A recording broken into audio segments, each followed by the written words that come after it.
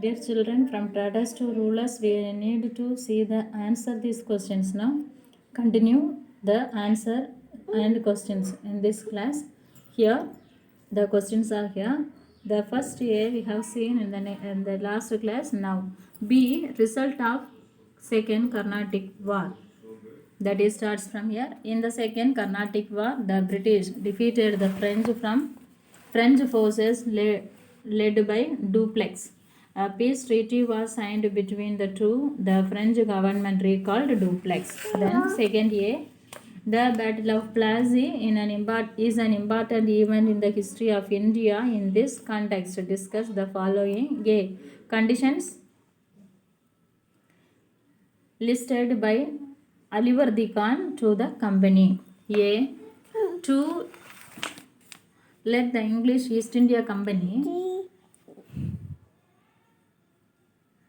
trade in Bengal, Alivardi Khan laid out two conditions. Firstly, the officials of the company who engaged in private trade would have to pay customs duty. Secondly, the company could not extend its fortifications.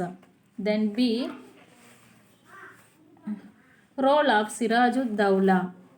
The Sirajud-Dowla became the Nawab of Bengal in 1756. He was the strong ruler. He asked the company to remove all its fortifications in Calcutta.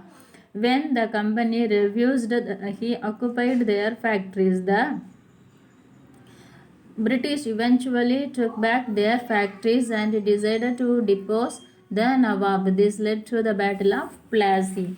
Then, importance of the Battle of Plassey.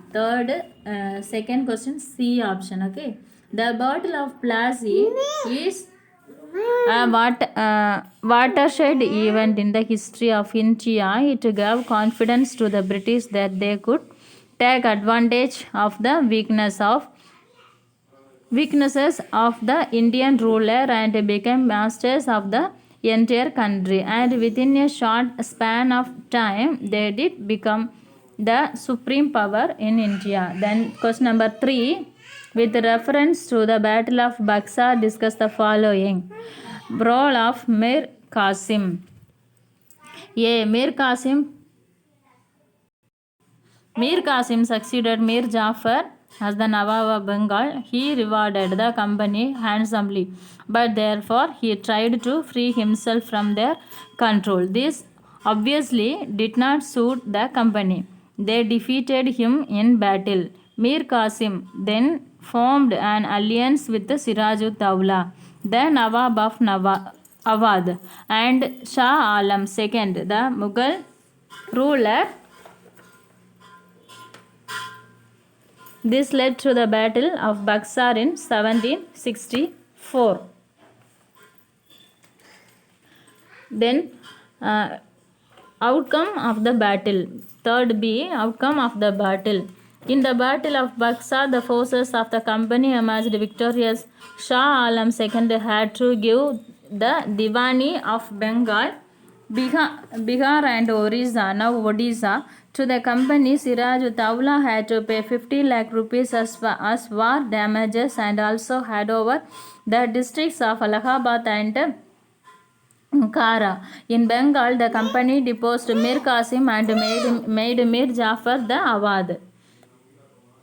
Then, dual government and its effect. After the victory of Buxar, the company introduced in Bengal what is generally known as dual government. Under it, the company controlled the military and revenue administration. It had all the power but no responsibility. The Nawab, on the other hand, had no source of income and no real power, but he was expected to run the administration. The next result was that the Nawab, not the company, cared for the people. Then 4, with reference to the system of subsidiary alliances, list the following. A, its features. The subsidiary alliances was a clever policy devised by Lord Wellesley. The Indian rulers were encouraged to sign a subsidiary treaty with the British. Once this was done, the ruler would have to disband his army, pay for the maintenance for a British force, take permission from the British before taking the major decisions, and finally agree to the stationing of the British resident in his court. In return, the British promised to protect the ruler from external attacks and internal rebellions. Then 4b. The three rulers who signed the subsidiary treaties with the British. The company signed subsidiary treaties with the Nizam of Hyderabad, the Nawab of Awadh, and with the Maratha ruler Peshwa Bajirao. Second, then see its advantages and disadvantages. The system of signing subsidiary alliances was advantageous to the British and very disadvantageous to the Indian rulers. Firstly, the British could maintain a large army without having to pay it for its upkeep. This army was also used to annex more territory. Secondly, the British were the actual rulers. They had the military and the financial resources and used these to further their own interest. On the other hand, without even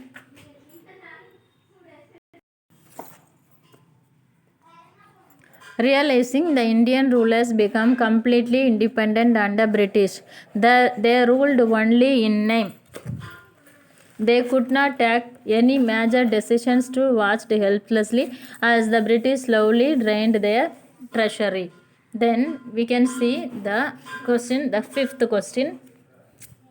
List any two steps taken by Lord Dalhousie to expand British power in India. Here, Lord Dalhousie became the Governor General in 1848. He was annexed and to annex more territories in India. He devised a policy called the Doctrine of Lapse. He annexed Satara,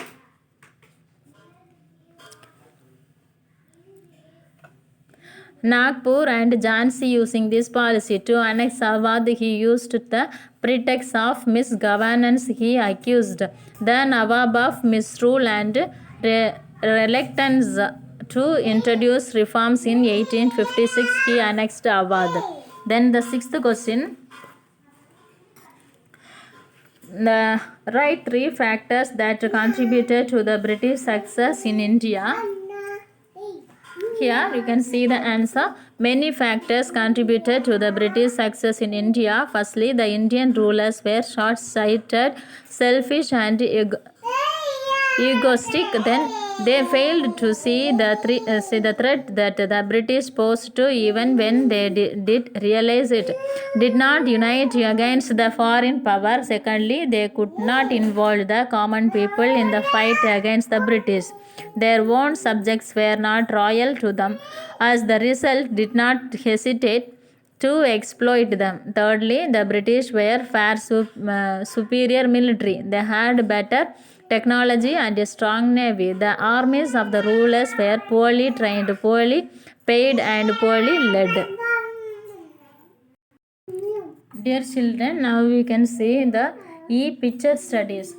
Who was Shah Alam II? Here we can see the answer in the answer sheet. Shah Alam II was Mughal emperor. Then explain the term Diwani. Diwani means the right to collect revenue from a region. Then what led Shah Alam II to grant the Diwani to the British?